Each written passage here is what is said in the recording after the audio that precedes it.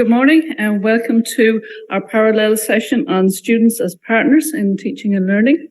Our first presenter this morning is Dr. Hazel Farrell, Programme Chair of the BA Honours in Music in SETU, and the topic is Exploring AI in the Classroom, a Practical Approach. Thank you. Good morning all. I'm delighted to be here with you at ATU DigitalEd, albeit virtually. And today I'm going to share my experiences of incorporating AI into my classroom this semester. So as we're all aware, this is a rapidly evolving field which has sparked a lot of concern in academia and the world of education. But I do think the narrative has moved on and we're at a place where we can recognise the role of AI is not to actually replace the educator, but more to enhance the learning experience. I recently read a paper on AI in education. It was published in 2019, so it was a little bit ahead of the latest frenzy.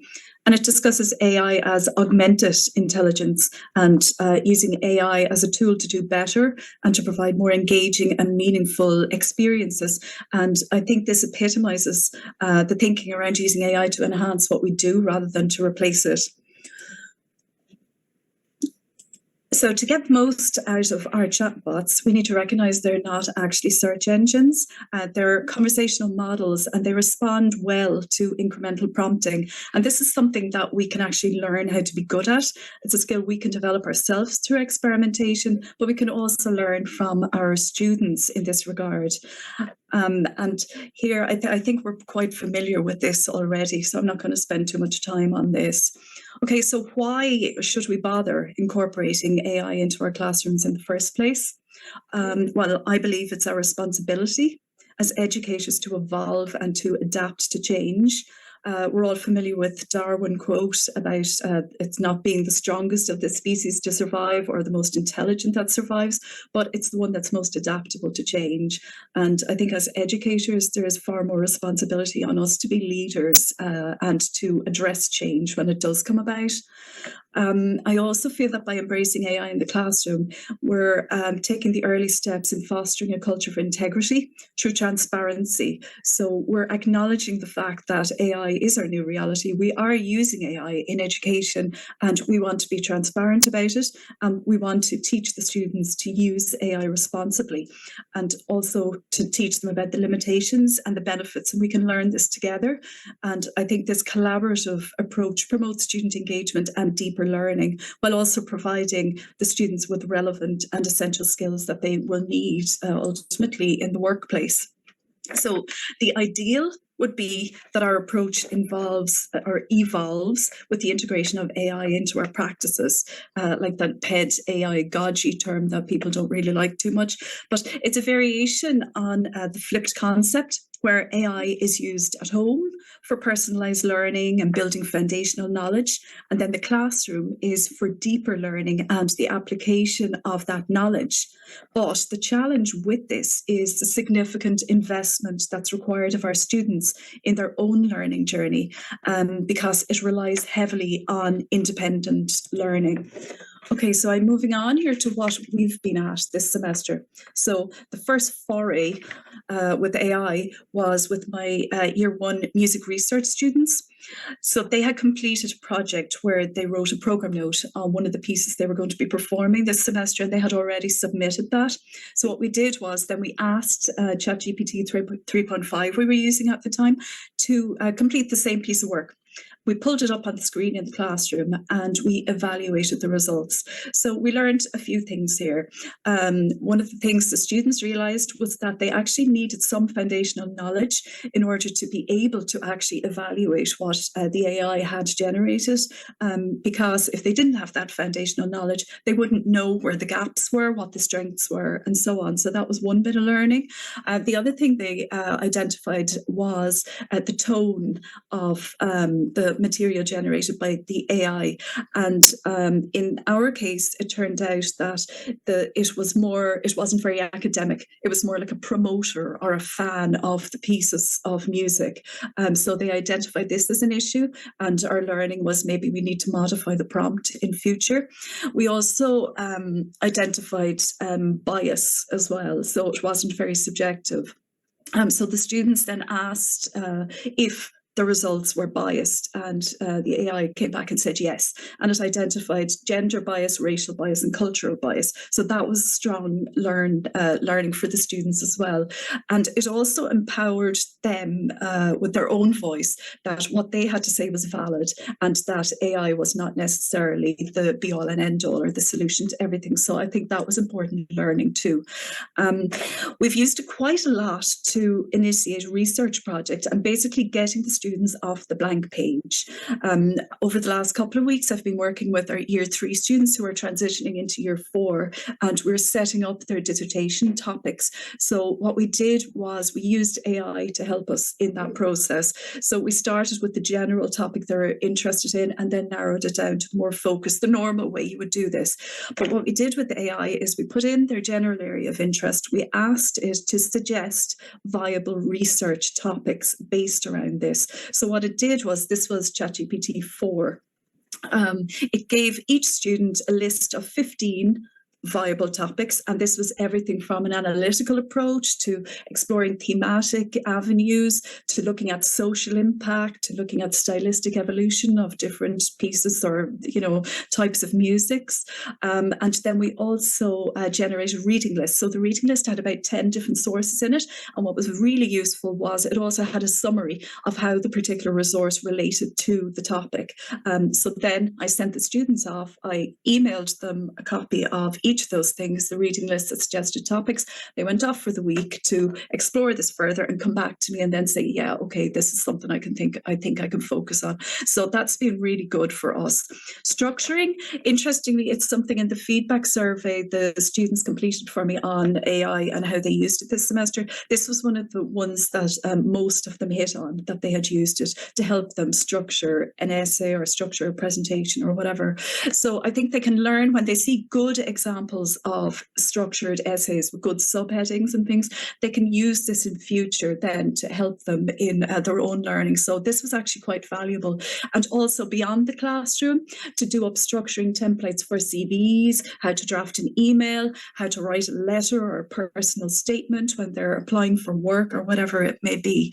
We also used interestingly, we developed a marking rubric for dissertation students. So we had a group brainstorm where they developed their own marking rubric about what they thought the examiner would want to see and the weighting they thought was appropriate for different aspects of their dissertation. And then we asked the AI to do the same. So then we compared both. So that was actually another really useful exercise. This one is self-explanatory in that making the resources more accessible. So we now have access to a much broader range in that we can use foreign language ones. We can get the AI just to translate them for us. We can take journal articles that we would have been terrified of and say, well, look, actually, could you simplify this for me? Or can you summarize what they mean by this? What are the main points here? So I think this is actually something that's very positive for our student learning. Generating alternative titles, we've used this a lot, actually. Mainly with dissertation students, where they were looking at their chapter titles or their overall title and judging whether it was actually reflective of the content. So usually we would generate about 4 or 5 options for titles, and then they would use their creative thinking to mix and match or decide that their own one was actually good enough in the first place. And I have used this myself actually for conference papers and also for abstract titles. Instant feedback, this one is really good. My 4th year students were using it with their work, where they would copy in a section and they would ask the AI, are my points clear enough? How can I improve this? Do my conclusions actually reflect what I was talking about in my discussion? And it's also good for them to, I think one of my first 2 students in the survey had put in some of his work and had asked, what are the strengths and weaknesses, and was able to build on that. So that's something else we've been doing. Then this is back to you, the educator. I've been playing around with it quite a lot, and developing the class materials is really good because you can ask it to design a course for you and then use the subheadings to actually develop the materials further yourself. You can use it to suggest collaborative activities that would enhance student engagement in your classroom. For assessment design, you could ask exactly, this is what I'm trying to achieve. Can you suggest an appropriate assessment or design a quiz based around this? And then you can go back and edit audit it and fix it up yourself. Marking rubrics, really, really good as well. And feedback templates. So just on that feedback template, I've also developed a template where the students are declaring their use of AI. So they're saying, what AI tool have I used? What did I use it for? And assess the impact of this on my final product. So that's been quite a good learning experience, I think, as well. So these are just ideas about what you could do yourself with the AI. The considerations, I think new policies are being developed in all of the universities and throughout the sector, I suppose, at the moment. So we do need to take the recommendations into account when we're using AI in the classroom. But generally, any data that we're entering shouldn't be identifiable, and we should just consider this as being released into the internet. So any sort of personal or sensitive data, we can't be entering into AI. So I think possibly using a bit of common sense here is important, but it's also important that we do cover these areas with our students if we are considering using it in the classroom. Okay, and then I have just put a little infographic together here instead of a conclusion. I've tried to capture most of the ideas that I've discussed here today and just put it all in one place, really.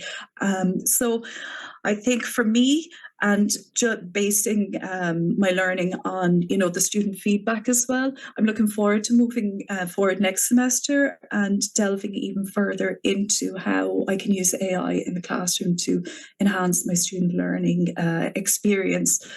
So I think it's something that's with us to stay. So we may as well get in there, do it properly, and build that culture of transparency and integrity from the outset. So that's me, and thank you very much. Thank you very much, Hazel. Just checking, are you a real person or are you an AI robot? You're real. Okay, great. I'll open it to the floor here in the room. Is there any question? We have some questions from online here. Can you hear me, Hazel? Yes, I can hear you. Yeah, they're both related to each other. One was, were the reading lists accurate? And then in the Q&A, it's also, my experience with ChatGPT is it seems to make up references. I've also had that experience.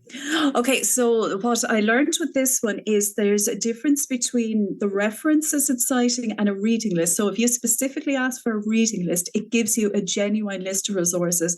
And I know because I have followed every single one of them. I painstakingly did it. I traced them all back and they're all there. So reading list, I think, there's a differentiation between that and the referencing, because I think the referencing has definite issues with it, but a reading list and an overview of exactly what it is and how it relates to the topic, absolutely genuine. And I've tried and followed every single one of them and they're all accurate. It's great. Thanks, Hazel. Okay. Hazel, I have a question for you. Because the music industry was probably the first industry to be affected by digital change and hit hard, has that made you more adaptable to new technology change? I think. Yeah, well, look, I think music and AI is one of those ones that it's a bit of a minefield, and particularly in terms of copyright and data, but all of that sort of stuff. It's an absolute minefield. But yes, I think in some senses we have been using AI for composition, for like performance elements, even improvisation to a certain extent. So it's a natural progression then that we do take it into our more academic subjects as well. I can only, I suppose, speak for our own team down here in SETU, but we're quite progressive and we do actually engage with the technology and sort of the latest developments as much as we can, just to ensure the relevance for our students going out there into industry, Very good. Thank you very much. Okay. Any other last question? Gabriella, one here for you. Hi, Hazel. Very interesting. Thank you. I was just wondering, you've mentioned that oftentimes you ask students to analyze or critically assess what AI produces. But is there a way to kind of trace or to ensure that they are creating that initial input, or, I can ask the AI to also critically analyze something for me. So is there a way to, do you know what I mean, to ensure that the students actually engage in the way we intend them to engage? I know, I understand what you're saying, but the way we have been doing it is in the classroom in a collaborative manner, and it was purposefully done so they could identify weaknesses and strengths, and then it's peer learning as well, so it's collaborative, so we're all involved in it, and then they're learning from each other because they're listening to, what somebody else has got to say about it and their take on it. So it's transparent in that we are doing it together. In terms of the evaluation, the form that they're handing in with their assessments at the end as to what they used it for and evaluating the impact on it, I can see that. Do you know what I mean? Because it's actually a tangible piece of work that they're handing into me. So I think I'm pretty hands-on, and I can be, because in music and creative disciplines, we often have smaller class numbers, but I can absolutely see where you're coming from. When you have the anonymity going on, when you have much larger numbers, it's far more difficult to stay on top of that. Just one more question from online, just a point of clarification. Someone was asking, it is ChatGPT we're talking about. It was 3.5, was it? I started using 3.5 and I've been using 4 now for the last while. And interestingly, on the student survey at the end of semester, when I asked them what they were using, several of them were using 4. So they're actually paying for it themselves, which I thought was interesting, Yeah. That is interesting.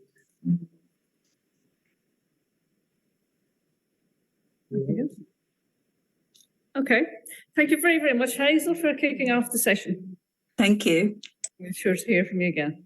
Mary McCormack, and I'm joined here by my colleague, Gabriella Gliga.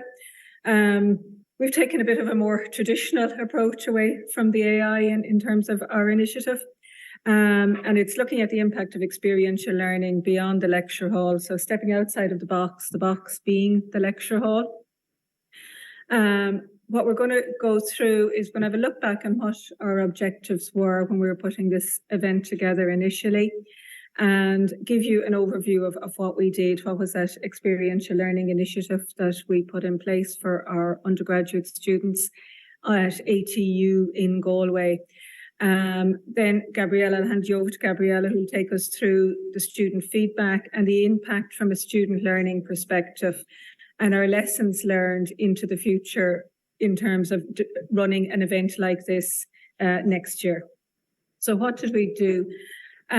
Myself and Gabriella, we applied for SATL funding through the National Forum for Teaching and Learning, and it was based on curating the first ever School of Business, Marketing and Sales Summit, and the funding was the enabler to make that event happen. And when putting our application together, the vision was to make this an annual event. So our innovation is that it was the first event of its kind within the School of Business at ATU Galway. And it was focusing on our undergraduate student cohort from years 1 to 4. So if we look back on what were the objectives of the initiative, the first was to support the learning outcomes by embedding the applications within industry. So that's the programme learning outcomes and individual module learning outcomes. But we wanted to inspire the students beyond the classroom by introducing them to a range of companies, industries, career opportunities in our region. So prepare them for the workplace. And we wanted to also enhance our students' sense of belonging to ATU's marketing and sales programme. And that was particularly relevant for our first and second year cohort of undergraduate students, because in first and second year, the marketing and sales group are in with the general business group, in with the BIS group, and in with an entrepreneurship group. So we wanted to give our first and second years particularly that sense of belonging to a broader marketing and sales community and programme, and give them the opportunity to meet with their peers who are in third year and fourth year, and just create that sense of community. So Once we had the funding, it became a reality, and our first step was to create an identity for the event, and that's the logo we developed. And the objective behind that is that it's a logo that can be easily adapted for future years. Then the next challenge was thinking about, well, how are we going to structure that event? And one of our fears was that the students would have bigger expectations than we had for the speakers. So we had a number of informal conversations with the students in class to say, who would you like to see speaking? What kind of industries would you like to see attending the event, and so on. So those conversations made us realize, well, actually, their expectations wasn't as grand as we had feared, although Elon Musk was thrown out as a potential speaker. So with that peace of mind, we then started to construct what the half-day session would look like. So we held it at an external venue. We held it at the Connaught Hotel. The rationale for doing that and taking it off the ATU campus was to create that sense of excitement for the students and making them feel special, but also putting them out into the real world environment where they would have to go to a conference, they would have to network with the speakers and a network amongst themselves as well. So it was an experience in itself, taking it out of the classroom, and that's the stepping outside of the box piece. So we structured the half day into three distinct sections. The first was the keynote. The second is we wanted to focus on Irish brands building a global presence, and that's linked to one of the kind of capstone modules that they have in fourth year, which is global marketing and sales strategy. And the third element then of the half day session was a marketing and sales careers pathway panel. So when we started to think about the keynote, we wanted to get the cool speakers from the cool industries, speakers that the students would relate to and aspire to working for. So of course up there is Google and Meta. So we were fortunate enough that we had our keynote speaker from Google. Then under the Irish brands building a global presence, we had two contrasting brands. We had the iconic Jemison brand that have built that global presence, but we had also the Irish Challenger, the homegrown Irish Challenger brand in Gin Plus Coffee. And the students engaged really well with both of those brands. And we were conscious that we wanted to have B2C brands that the consumers could relate to. And then when it came into the developing the careers panel, we wanted to look at the B2B space.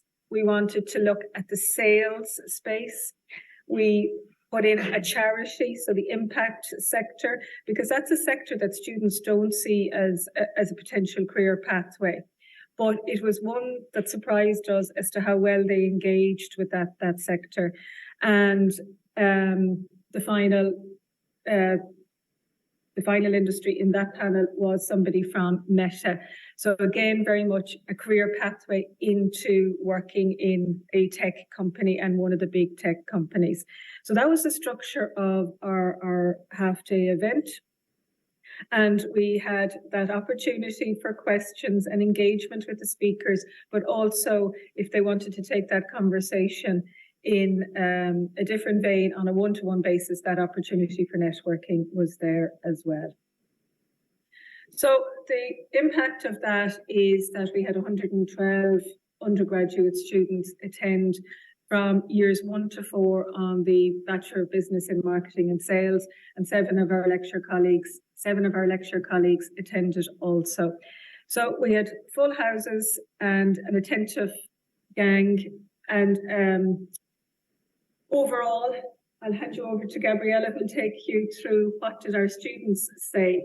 But before I do that, and I have my fingers crossed that our little video that one of our students put together for us will give you a good sense of what the day looked like.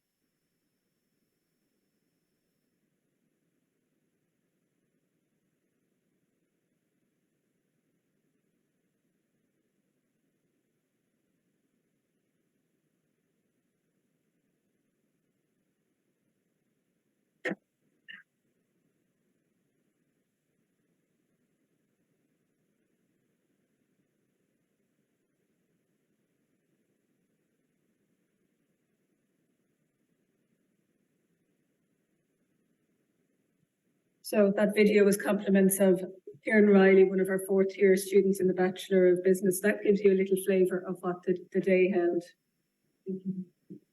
Thank you, Mary. Hello, everyone. We collected some student feedback after the event. As you can see from the numbers on the screen, overall, they were happy with the marketing and sales summit. The vast majority rated the event as either excellent or very good. They were also either very satisfied or satisfied with the speakers and the amount of information they received on the day. We asked them what was the most valuable or the most useful part of the day. And as Mary already alluded to, they found the career panel as that very useful, very interesting part. And they singled out the opportunity to ask questions, to have a discussion and a conversation with all of these amazing speakers.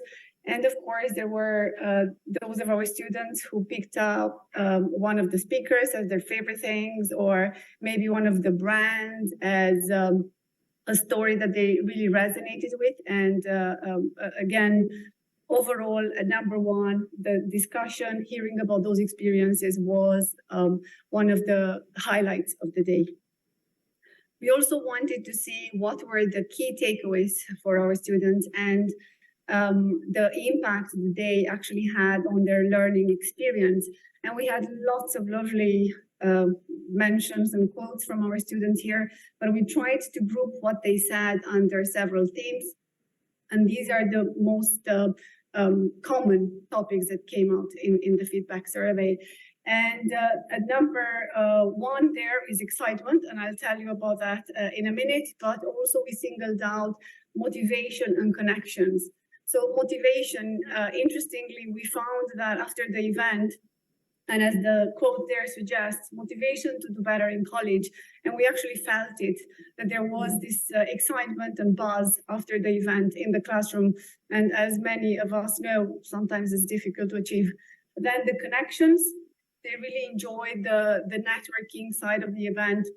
The fact that they could ask questions, again, as you can see in the quote, the opportunity to attend and to ask questions was important, and they could personalize their learning experience in that way. But as I said, excitement was at number one. And I think for final year students in particular, leaving college and thinking about sending CVs and applying for jobs and going to interviews can be overwhelming. It can be, bringing in feelings of anxiety and maybe even fear. But listening to these experiences of these amazing professionals, very high achievers as such, also brought them kind of reassurance that these people were once in their shoes, and thinking about the future can be positive and can present a lot of opportunities. So we were really delighted to see that our students are actually now in that position where they can think about the variety of marketing roles ahead, and also about their expectations being maybe more realistic after hearing that, yes, it will not be the global brand director job that they will get as their first job, but they can potentially get there. All of this translated into a lot of LinkedIn activity. And we were also delighted to see this because, of course, we advise our students to create LinkedIn profiles and to build those profiles. But sometimes our students tell us it's difficult to create LinkedIn content. And events like this really give them opportunities for that content. And of course, connections. Some of our speakers actually came back to us after the event to tell us that their LinkedIn was buzzing with all of the mentions and all of the invitations. And that was lovely to see. So finally, what have we learned? First of all, these experiential events for our students certainly provide lots of opportunities for personal development, but also academic and professional development. And that was, as Mary initially mentioned, one of the objectives of organizing this in the first place. It was really important for us to ensure that students hear about industry trends, about challenges and opportunities from the people who do this day in and day out. And certainly our event delivered in that regard. Again, networking, LinkedIn content, all of those opportunities were highly valued by our students. But as I said before, probably the most important part was excitement and the positive outlook about their future career path. And probably that stayed with them or it will stay with them for a long time. And we have even now, students telling us about what happened after and how they connected with this and the other. There was also community outreach. We believe that events like this certainly help improve and build on that positive ATU brand image.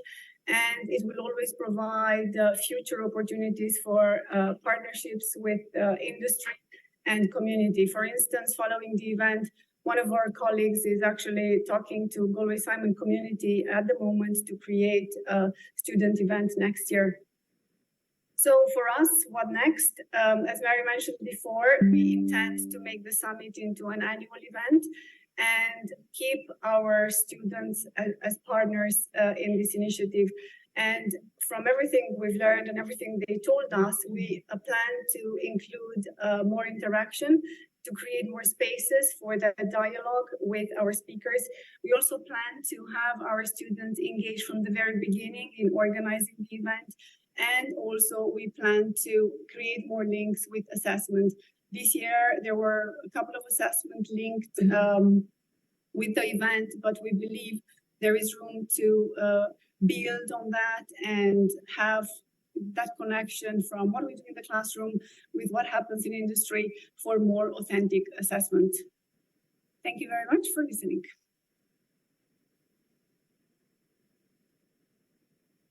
Here's challenging aspects.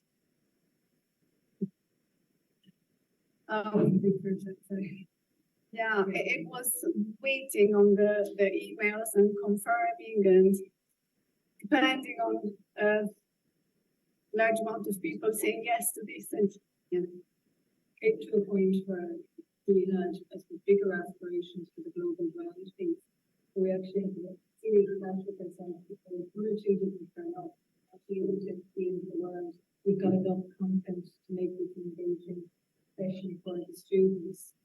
And what we realized on the days that was so true, there was a lot of content there that anything else. that's a lesson learned as well. That can be too much. Yeah. Questions from the room?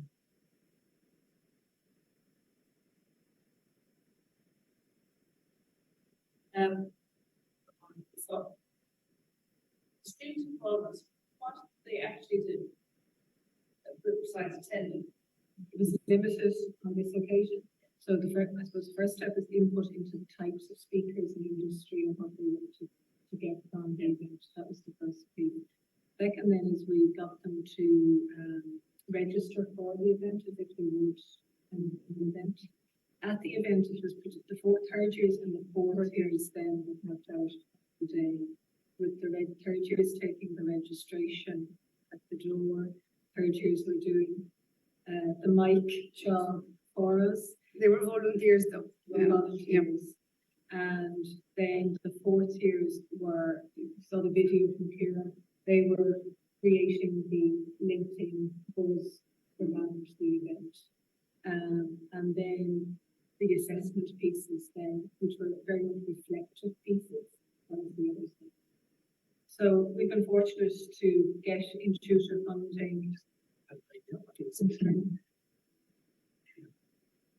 We were fortunate to get in-tutor funding again to do this event next year. And that's one of our lessons learned, that we will have a greater student involvement in the development of the event.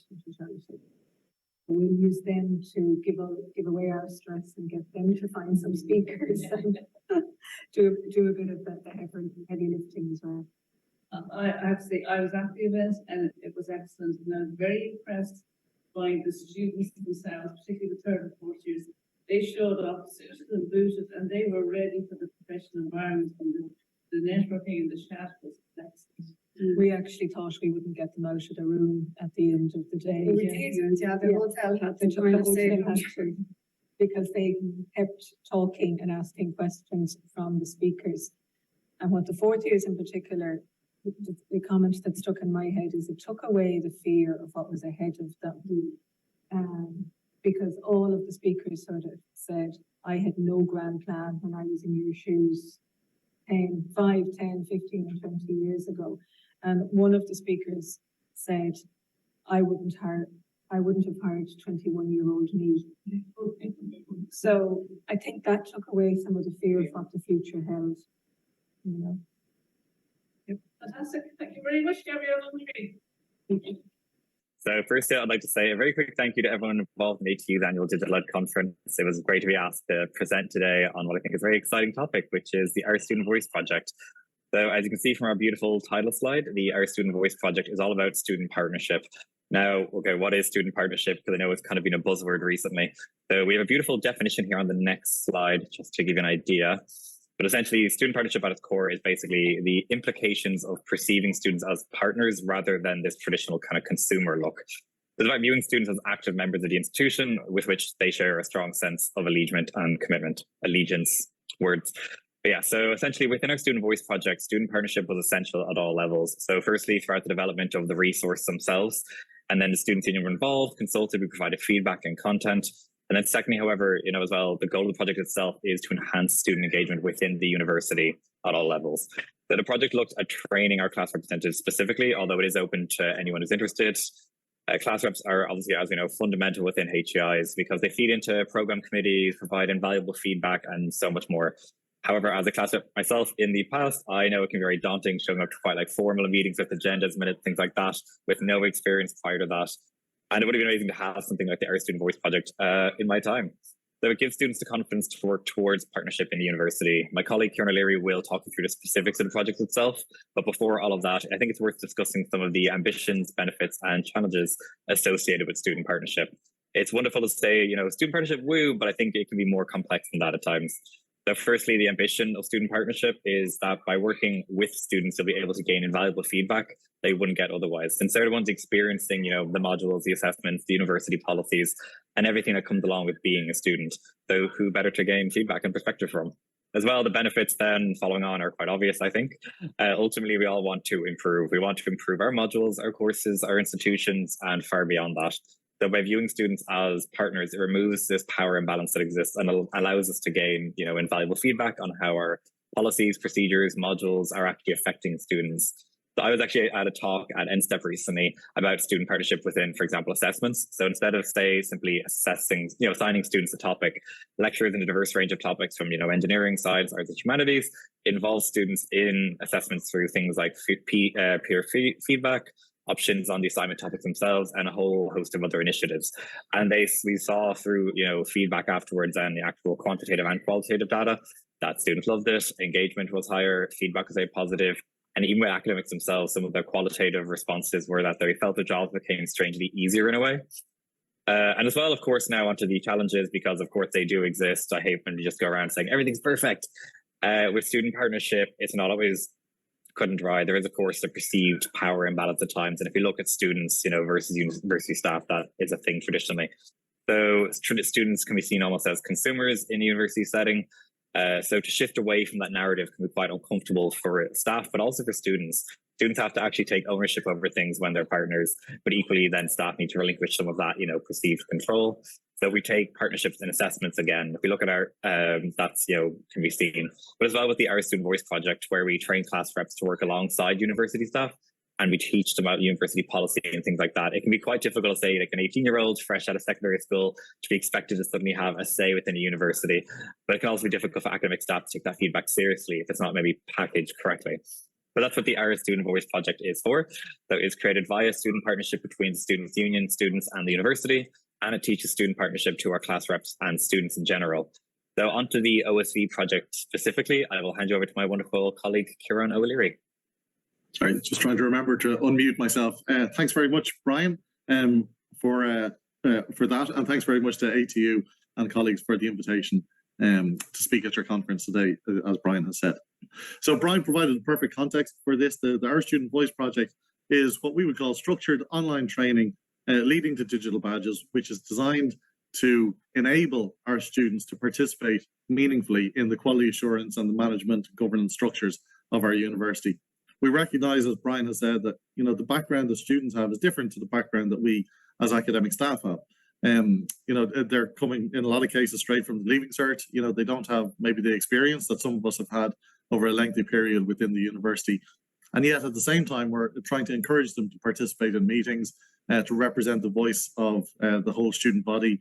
We're expecting them to understand aspects of policy of the university and understand how to guide their fellow students through the kind of what must be an extremely confusing array of policies and practices within the university.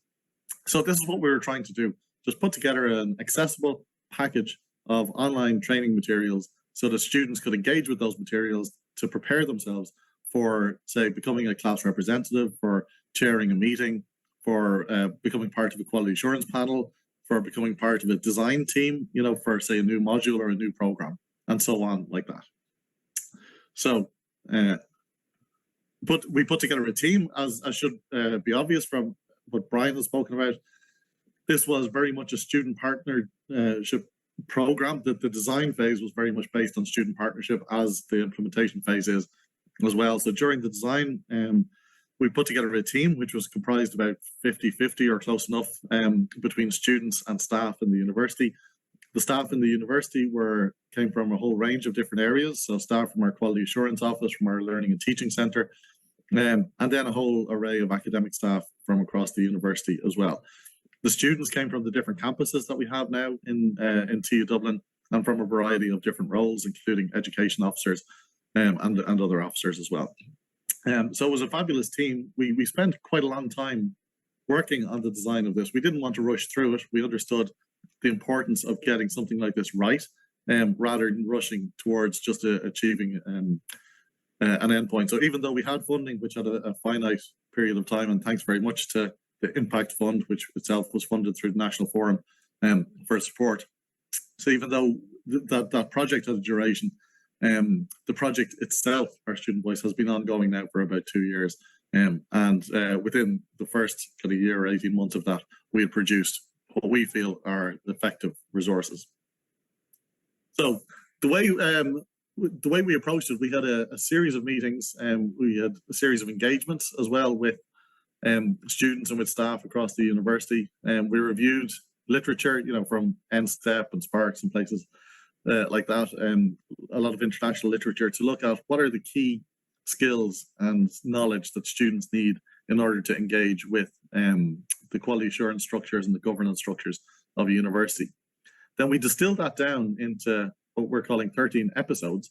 And within each episode, we presented in a digital form like this, as an animation, a scenario.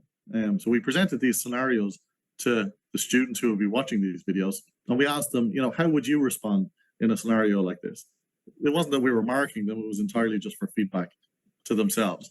So I'll give you an example of a few of the scenarios. So one of our episodes was about representing the voice of other students. So the scenario that we had was that Candace, who was a class representative, her class is working on their first group assignment of the year. Her group is struggling to make progress. And then Candace wonders if this is because some people really don't feel comfortable working in groups. So Candace wants to provide feedback to the lecturer from the class. So what should Candace do in a situation like that? And we provide 3 options. So first option, Candace should actively seek out and listen respectfully to all classmates' views and represent all views when talking to the lecturer. Second option, Candace should tell her lecturer that the class don't like group work and would prefer individual projects. Or the third option, that Candace should email the class and tell them to let the lecturer know that they don't like group work. So then we ask the students who are viewing these videos to make their choice, what they think is the best option. They make their choice, and then they're provided feedback on that. At no point do we say that an option is incorrect, but we do just advise and provide, issue some caution to say, if you choose this particular route, you should note that perhaps you haven't fully sought out the views of all of your classmates, and so on, like that. So we had a whole array of these different scenarios, all co-designed with students, all built into kind of these 3-minute animations, these interactive animations. And then we built those into our 13 episodes, which are up on the website. You can see each of the episodes has a different theme, from the first one, just being a class representative. So that's a video that or an episode that we'd expect students to engage with, quite early in the year if they got elected as a class representative, or if they were considering becoming a class representative, because it's important at that stage that they understand the variety of expectations within the role of class representative. That it's not just simply a matter of organizing the social side, although that is an important part, but it's also about understanding aspects of policy and so on. Episode 2 was about understanding our university. Some of us, I've been working in TU Dublin, or DIT, for over 20 years, and I'm still learning, about new corners of the university. So we compiled for this episode as much information as we felt was necessary for a class representative to understand about who are the different supports and services that students can be directed to. Understanding quality assurance and quality enhancement, just the basic principles behind it, and how to access the policies that are important within TU Dublin with respect to, for example, assessment, feedback on assessment appeals, and so on. Understanding the practices of EDI, equality, diversity and inclusion, was a very important episode that we co-designed with our own directorate of EDI to highlight the importance of practices in that area. And then I won't go through the remainder of them, but you can see from the episodes that we're dealing with, training students on how to reflect on their experience, how to provide constructive feedback, and how to communicate effectively. Episode 8 is a very important one. It's about how students can provide a voice for others. That, when they become a class representative, when they're in a meeting, they're there as a representative. So how can they effectively represent other students' voices? Participating effectively in meetings. Indeed, many of ourselves as academic staff could probably do with that.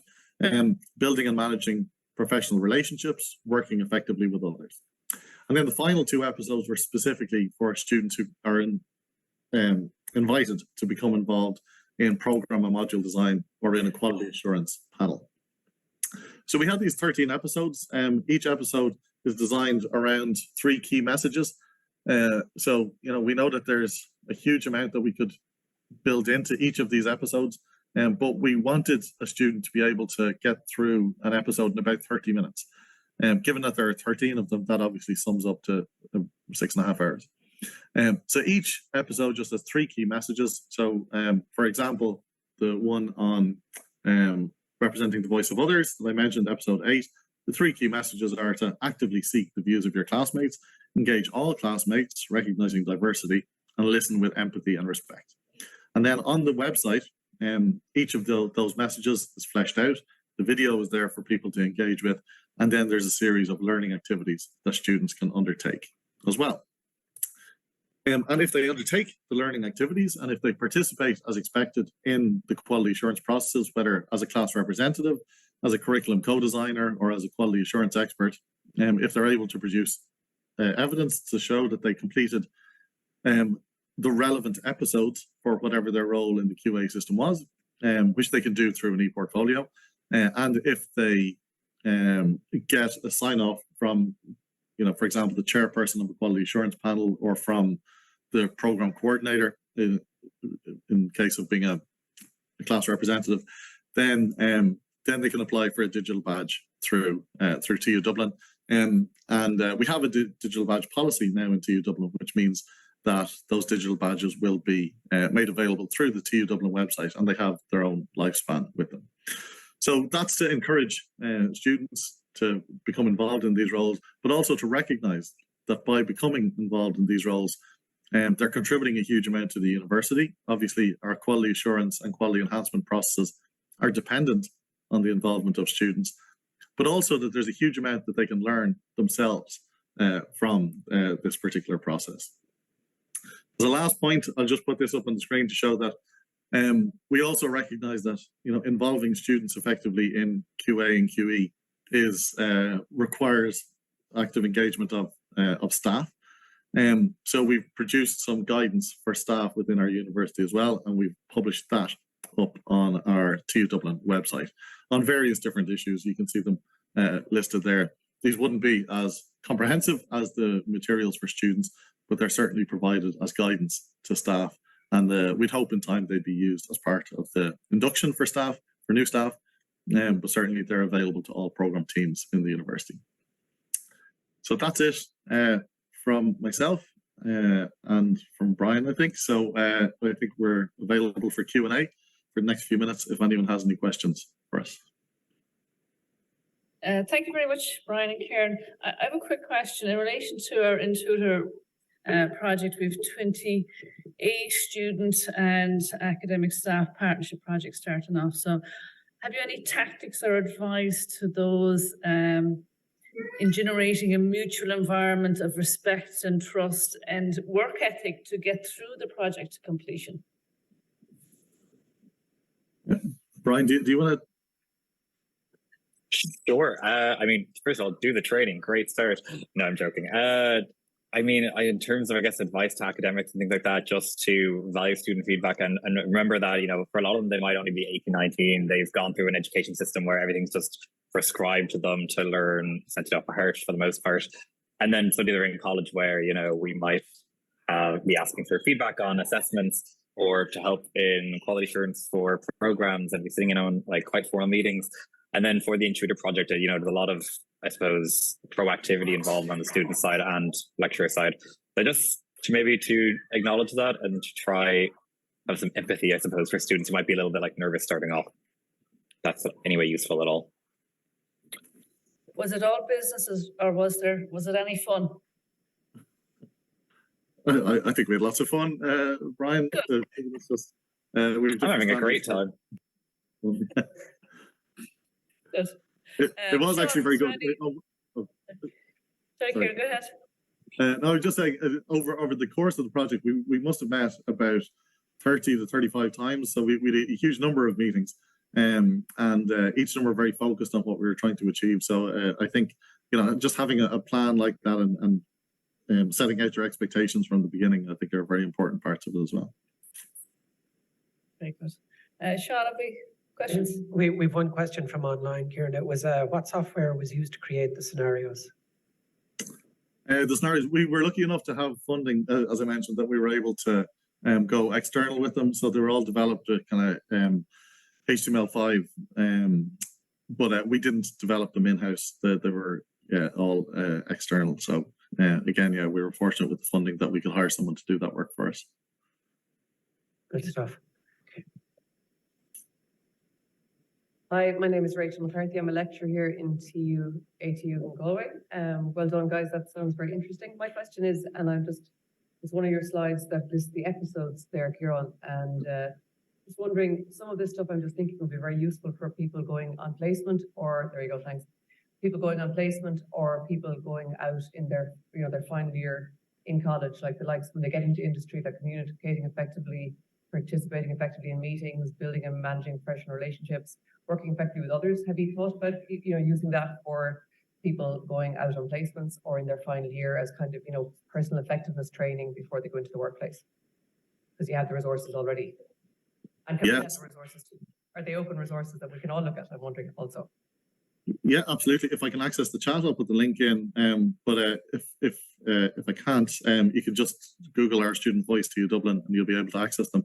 And there's kind of two ways to look at your question there. One way is certainly, the resources are available, and we've been contacted by people across the university who've been interested in using them and asked, can they use them for orientation or as learning resources? And certainly there's no restriction there. And that's actually the reason we put them on the website rather than within the virtual learning environment, which was another option for us, that we wanted these to be kind of out there and freely available, not just in TU Dublin, but everywhere. But also in the development of these resources, the people that we consulted across the university, the academic staff, were the people who were teaching these particular types of skills. So all of these have been informed by people who are teaching things like communications or teaching things like professional behavior in meetings and so on. So we learned a huge amount from the staff and the students in the university already. So it would just simply be a matter of closing the loop and providing these resources back to them. So yeah, they're there for everyone.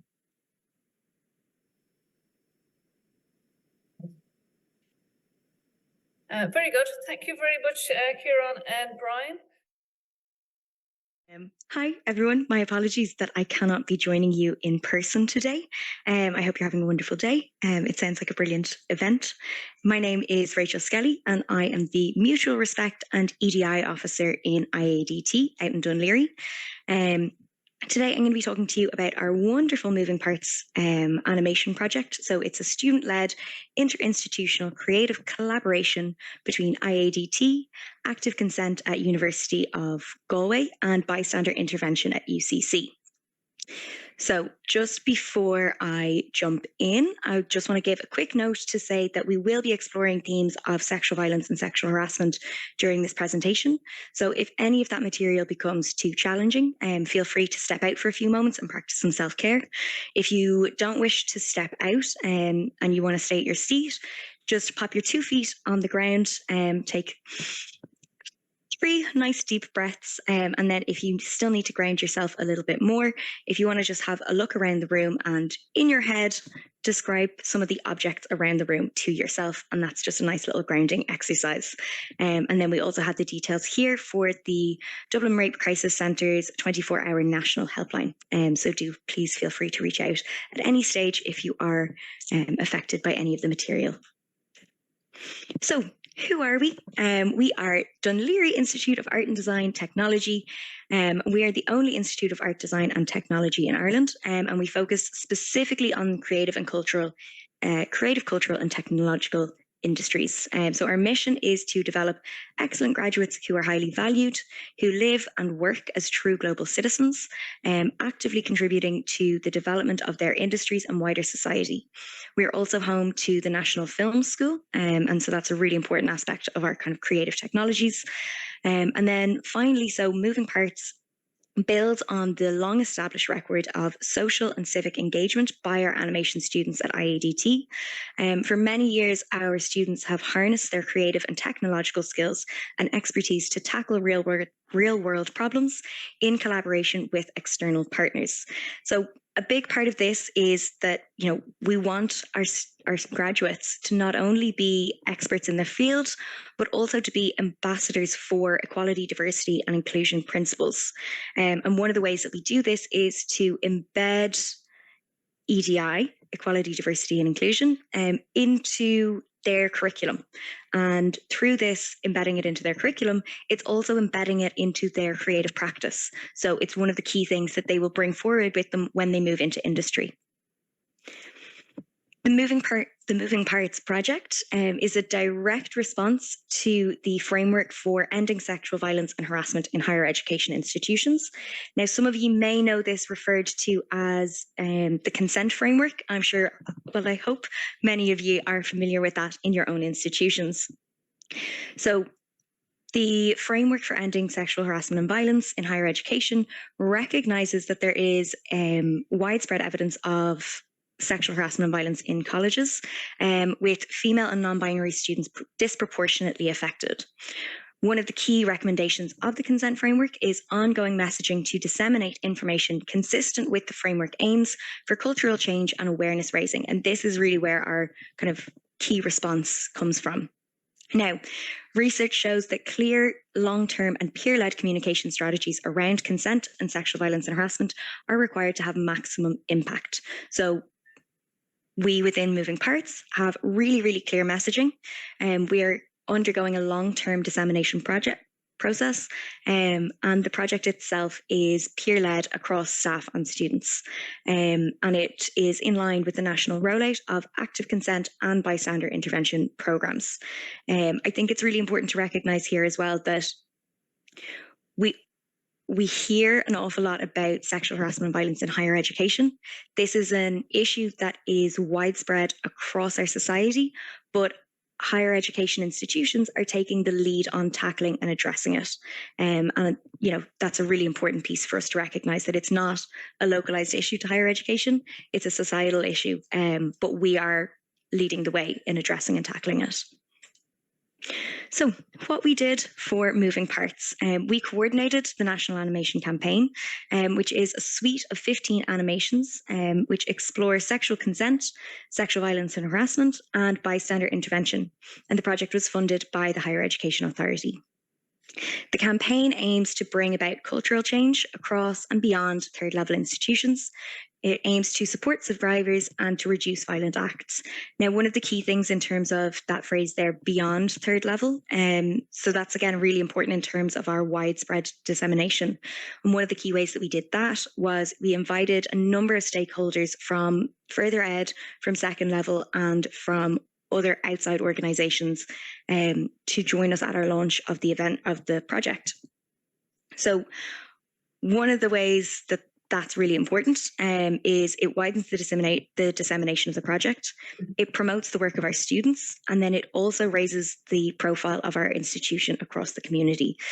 So again, it's really beneficial in a lot of ways, and hopefully we'll get to spread that message a little bit further. The project was integrated into the curriculum of third year IADT animation students as part of their applied professional practice learning. Working directly with our partner teams, our animation students designed the visual responses in consultation with external stakeholders, including 2 student survivors, and they created the animations guided by staff from UCC and NUIG. So we really facilitated the coming together and the collaboration of our students in animation here, but also student survivors and student translators in other institutions alongside some experts in the field. The animations were produced in English and in Irish with subtitles, and the Irish translations and voiceovers were conducted by language students at UCC. There was a really beautiful piece that I would like to share with you about the translations. One of our student translators was a native Irish speaker, and when they were working on this translation project, they realized that they did not know an awful lot of the words to describe sexual harassment and violence in their own native language. And that student came to me to let me know that they were really grateful because they recognized through this project that they had never had the opportunity to speak about their own experiences of sexual harassment and violence in their own native language. And that through this project and through their translation in this project, they learned those words and they learned how to speak about their own experiences in their own native language. And that, I think, is incredibly powerful. So just wanted to share that wonderful experience with you. I am now going to share a video with yourselves, and this is one of the animations that we created. So this is our animation on image-based sexual abuse.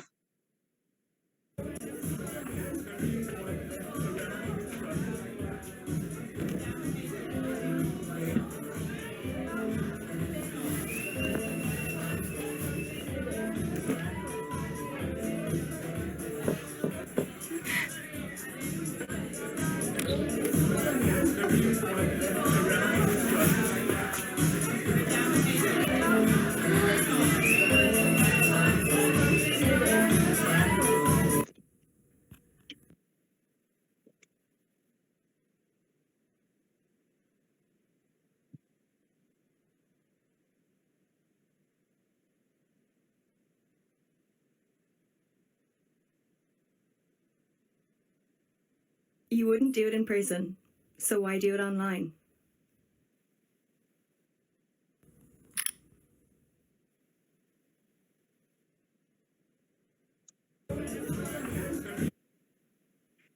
So I now want to touch a little bit on the impact achieved through this project. So this project represents the first time that the UCC Bystander Intervention Programme and the University of Galway's Active Consent Programme have collaborated together in a structured and coordinated way and brought their learnings together on the ground to an external audience outside of their specific projects. The majority of higher education institutions were represented at the Moving Parts formal launch online in March of 2020. And as noted earlier, we were also joined by a number of further education and second level institutions as well. Ahead of the academic year 2022-23, the IADT EDI office wrote to all EDI leads in Irish higher education institutions to remind them about and actively encourage the use of these resources. So again, just to note, these resources are freely available online for anyone across any aspect of the community to engage with and to promote and to utilize in your own trainings. So they are freely available, which is wonderful. And then to date, the assets have been viewed 2,700 times, 2,700 times on our YouTube and the Consent Hub. It is slightly challenging to gauge the specific impact of our metrics, as oftentimes they are played during orientation and during class trainings. So there will be multiple viewers watching that one video, but the 2,700 is quite a high number, especially if we look at the fact that they are being played in, orientation groups with, 100 to 1,000 students. The reach could be much higher than that. I suppose these are the metrics that we specifically have. Further to this, we have our national recognition. So Moving Parts was used as our institutional case study, for which we received €833,000 in funding for our institution. I think one of the key things that I find really important in this is the immense pride that our students experienced through this, that they really saw and understood the national appreciation for their hard work and dedication to this project. So for me, that was a really important and wonderful piece to come out of this.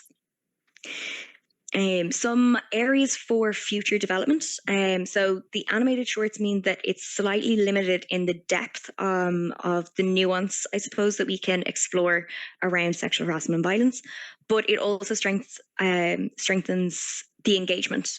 We have a much wider reach, and hopefully people will explore a little bit more in their own time. It's limited in terms of our intersectionality around the different forms of violence. And then we also need greater diversity to challenge the stereotypical kind of one-size-fits-all traditional student model. Just to note on that, we are currently working on another animation project called Diverse Active Consent, which specifically aims to diversify the materials that are produced through the active consent modules. The animations are not currently available in ISL for deaf and hard of hearing viewers. Now, we are exploring some creative ways that we could introduce this to our creative practice with our animation students. So hopefully we'll have some more developments on this shortly. And then we have a potential to kind of scale up with other languages for wider dissemination, and the potential, obviously, to develop new content should the opportunity arise. In terms of the other languages, we have been exploring the translation into multiple other European languages. Again, this is looking back towards that idea of diversity and inclusivity, and the recognition that English may not be the native language of many of our students and many of our staff. So we want to make this as accessible as possible to everyone. Some of the key strengths of the campaign: the collaborative and inclusive project process encompassing the IoT and university sectors that are both informed by students and experts in the field. So again, it's that really collaborative piece and that staff-student partnership, which is wonderful. It is survivor-led and trauma-informed. It was throughout its development process. So when we were working with our student survivors, our animators translated their experiences into animations. A massive part of this was ensuring that we placed their needs at the fore of that entire process. And it was, again, a really beautiful experience for all involved, for ourselves as experts in the area, but also for those students to collaborate.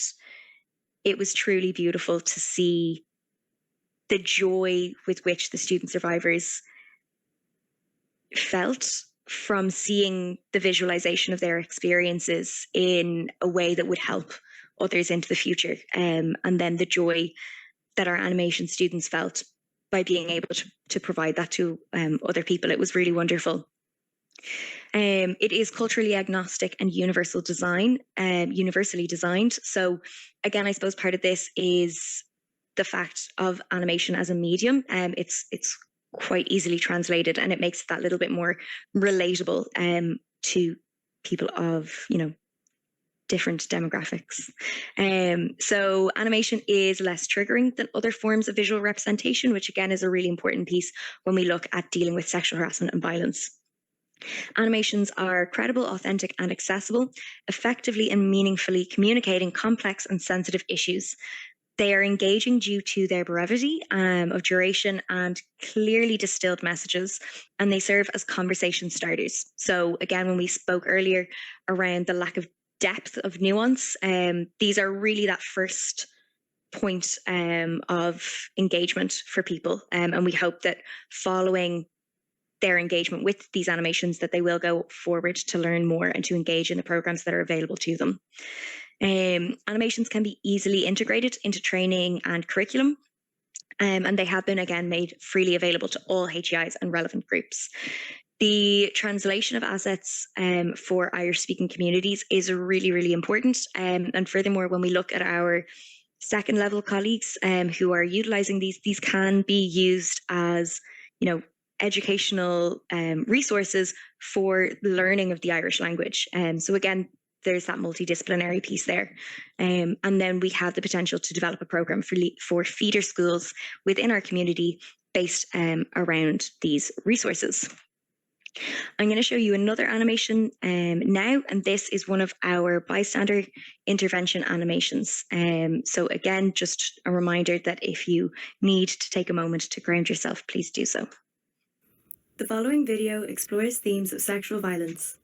If you wish to seek support on any of the issues raised, please reach out to your college support services or your local rape crisis centre. At 16, I first encountered the consequences of passive bystanders, as in people who see sexual violence happening but do nothing about it. I got a text from my friend telling me she'd been sexually assaulted. She had been assaulted by someone she trusted, surrounded by people we were fond of. When we were 19, we talked about the passive bystanders, the people who years later avoided, apologised for, or joked about the night where no one intervened. Being an active bystander seemed like an innate and unspoken part of teenage girlhood. The fabricated invitations to the girls' toilets at a club, mouthing, "all okay?" from across the room at a party. But we could only do so much alone. By the time I started college, I was dealing with the aftermath of my own sexual assault. I felt an overwhelming responsibility to be the active bystander I never had. But the overcrowded clubs of freshers and Rag Week were chaos. I knew there were people I couldn't help in time, and it felt horrible. I realised there was a lot from my own experience that I was still holding on to. For months, I wondered about my passive bystanders. Why they did nothing, why no one said anything. The reality is that sexual violence does not start and end with the perpetrator, but the world around them. If a friend makes a crude comment, a rape joke, a catcall, it might seem easier to stay quiet or laugh it off. Sure, they're not serious, right? But if everyone turns a blind eye, there's nothing to stop this behaviour evolving into something much worse. And all it takes is one voice to tell them, hey, that's not okay. I couldn't change what happened to me, and I couldn't be there for everyone else all the time. But I could help empower other people to step up and make that change for someone else. You have more power than you think you do. All it takes is for one person to be brave. Step up, step in, speak out for others to follow suit. You can be that person. Act today to build your skills as an active bystander. Sign up to the Bystander Intervention Programme at your institution. You have the power to intervene, but it's up to everyone to create real cultural change.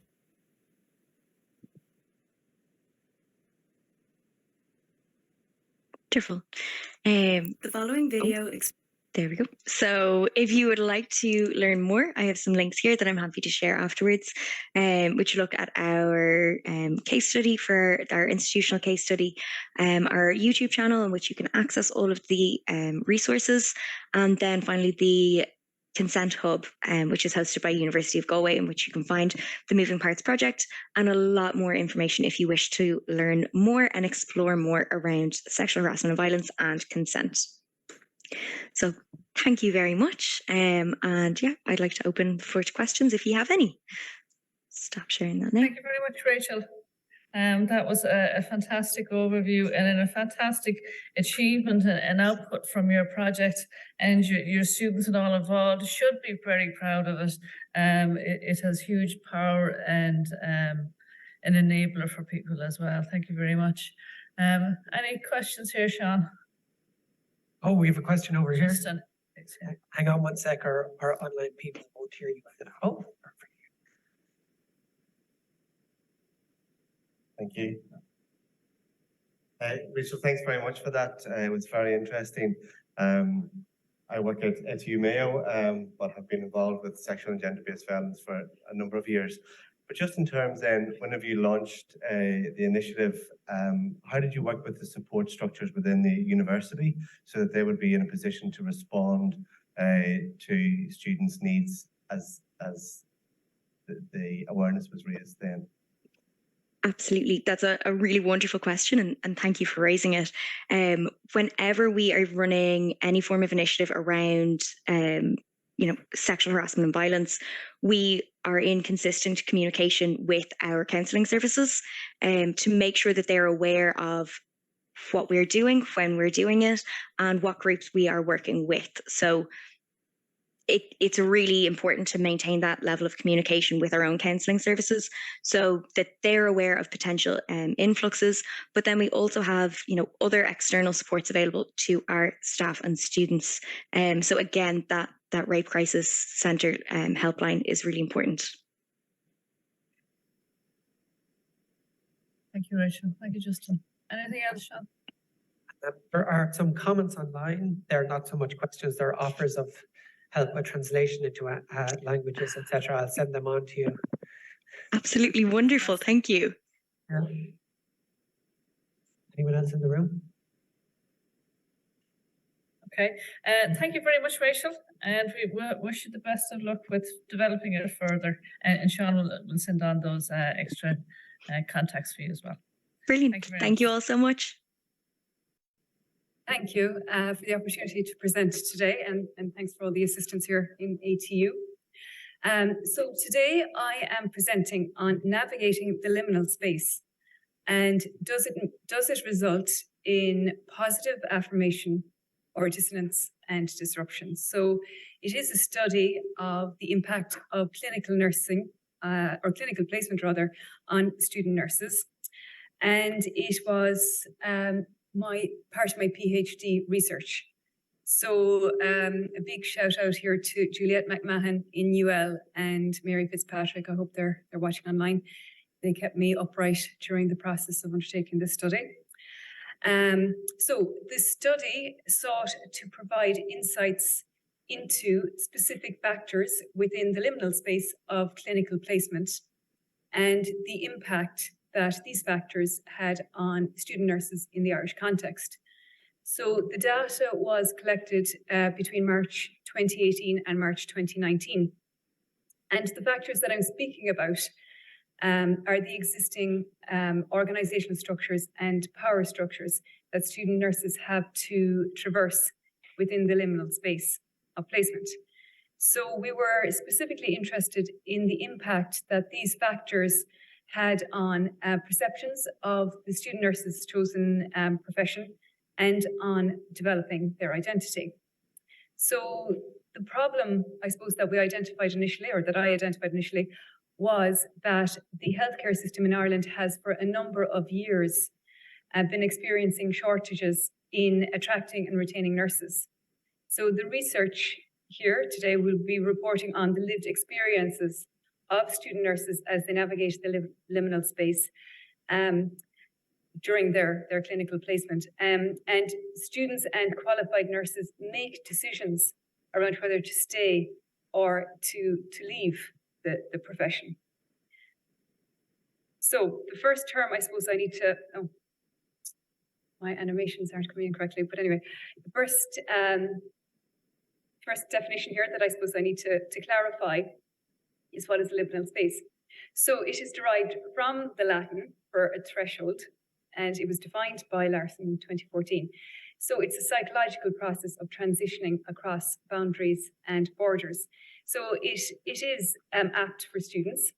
Back on there for a second. So individuals experiencing liminality are substantive at threshold, right? So they're basically between their previous way of structuring their identity, their time and their community, and a new way, which is completing the process that has been established. So in Ireland, student nurses become nurses over a 5-year degree program, and this is interspersed with clinical placements. So they are at the threshold of identifying or becoming a nurse during their clinical placement. And the research explores the transformational impact of the clinical placement on nurses, and it examines the liminal space itself. So I covered those points. Culture, just to mention that there's evidence from research that there is influences of existing organizational structure and the culture on individuals who enter the healthcare service. So individuals learn and become assimilated and integrated through a process of acculturation. So examples here would be social structures which are maintained by conserving a culture through shared histories, artifacts, and attributing meaning to practice for members within a particular work environment. So an example that came, I suppose, out in my research would have been the nurses' station. So any of you who've been into a hospital probably are familiar with it, where all the nurses stand at a desk. So the student nurses felt that they weren't automatically welcomed to the nursing station, that they had to be invited.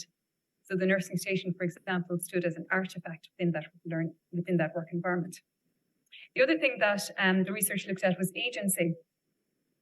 And commentators on nursing development have repeatedly cautioned that nursing students should not be passively socialized into an existing culture, that they should be able to develop agency, that they should be reflective, that they should be critically aware, that they should be exercising voice, that they should question poor care, and they should contribute to improving positive change within the work environment.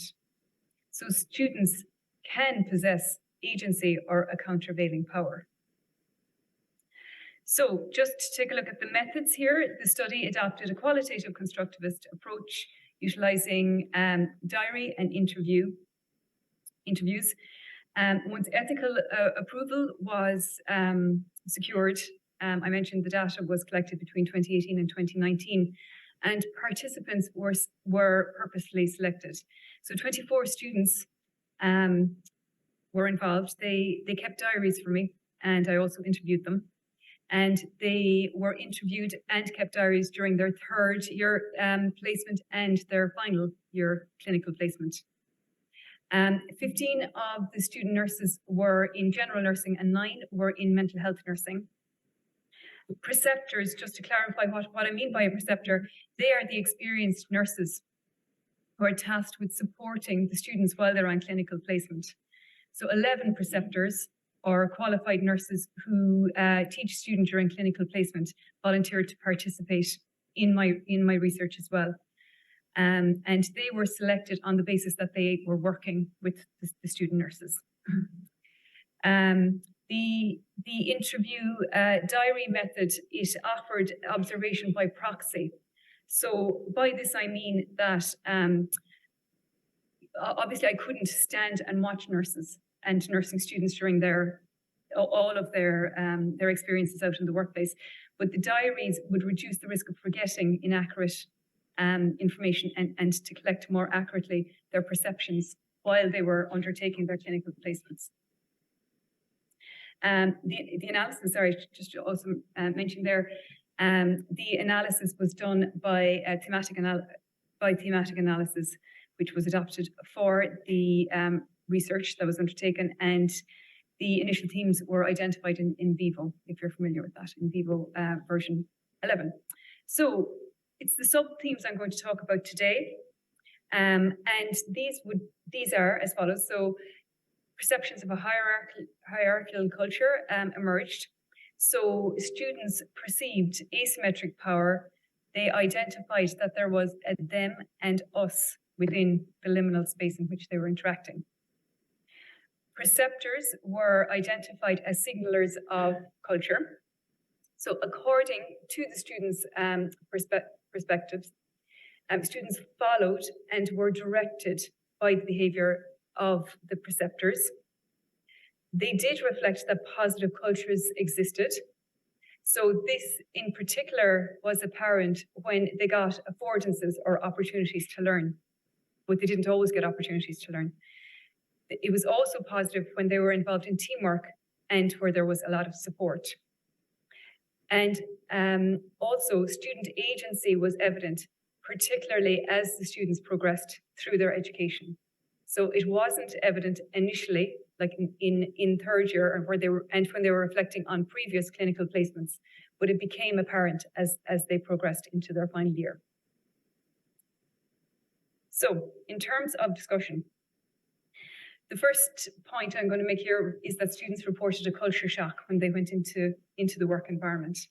When they left college and entered their placement, they felt that there was a gap between college experience and the reality of work. So one student, for example, said that they are teaching us one thing here in college and it's different completely on placement. It was also evident that students identified a hierarchical culture within healthcare, and this caused them some internal dissonance. They also within interviews, preceptors indicated that they themselves were not willing or felt they were not able to change existing culture. Such resignation by more qualified staff to the status quo, it strengthened the culture assimilation. There was an imbalance of power between professions, which was identified, particularly between doctors, nurses, and healthcare assistants. And an example would be where one student mentioned that you're seen as the young chick coming out of college, and they're thinking that we know it all. Now, there was much evidence that the students were supported. Many students explained that they would not have been able to complete their clinical placement without the support and the help of the preceptors. One student mentioned that I would have walked straight out the door. I would never have come back if it wasn't for their support, and I could have cried if I wanted to. Students reflected on placement where they experienced very positive cultures that were that showed inclusion, showed support, and also another student mentioned that they felt at the end of their clinical placement that they were an equal member of staff. That aside, there were challenges. Some students mentioned that they were dismissed and that there was explicit othering by nurses.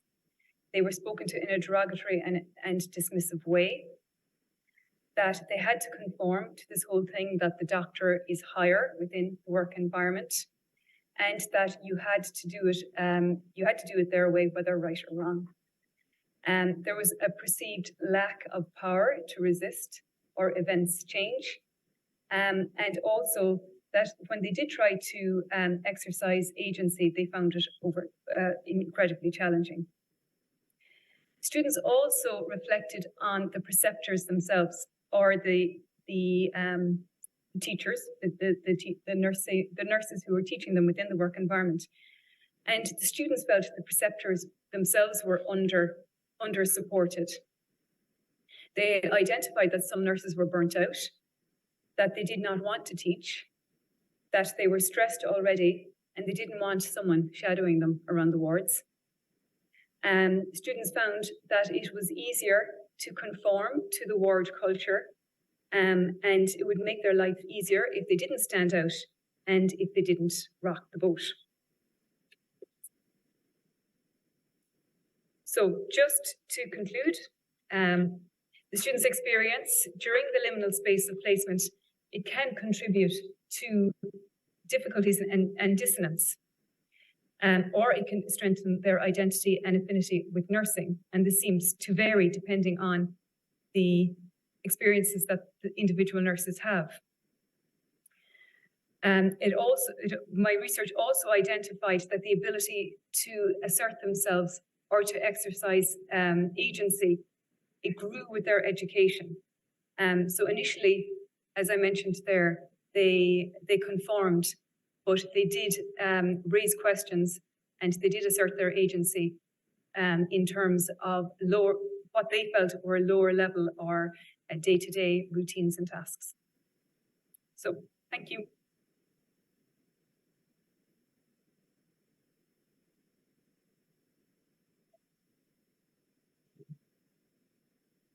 No questions online yet.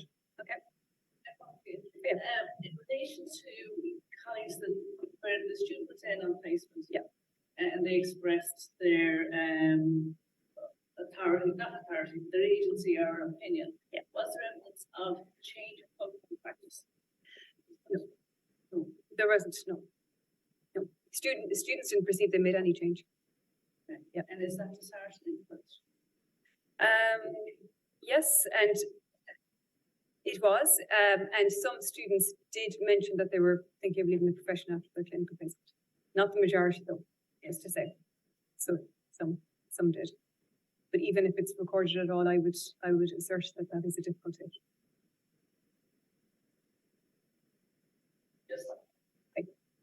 Louise, thanks very much for that. Thank you. Just in my last, I'm working at ATU Mayo, but I'm a former head of the Department of Nursing as well. That's great. It's very interesting findings, and I'm sure they can be reflected in a lot of places as we've all come up through the system. Yes. But I'm just interested, was it just the sample size just from one university? It was. Okay, It was and was there any ATU. difference, or did you pick up any difference between mental health students and their experience, and then the general students and their experience? I would actually have to go back and check because I didn't do a comparator between both. So I can't say that with any readings today, I'm afraid. Okay, no worries at all. No problem. But I might tic tac with you. Maybe we could talk afterwards. Lovely. Thank you. Hi. Thank you. Thanks for that, very interesting. Just really interesting how the kind of ideas of culture and everything, the culture that exists within the kind of nursing landscape. Just something you said at the beginning that I guess the problem statement is the fact that Ireland can't seem to retain onto its qualified student nurses because they're going elsewhere. So did you have a look at the kind of themes that were the kind of result of the work and seeing, you know, what is being done elsewhere? Do these similar kind of phenomena exist, or have they implemented things to address them? Do they not exist? Are they different? Yes, there are a number of I suppose factors that help student nurses, I suppose, form identity and encourage them to I suppose become part of the nursing profession. So there were three main themes that came out, and that was the system of relations. So nurses tend to stay and to develop a positive identity when they are part of a community, when they become a nurse, when they develop the technical skills that are required, but also that they are given, I suppose, the opportunities to learn and to practice in a way that will fulfill them and to progress them within their profession as well. No problem. Thank you.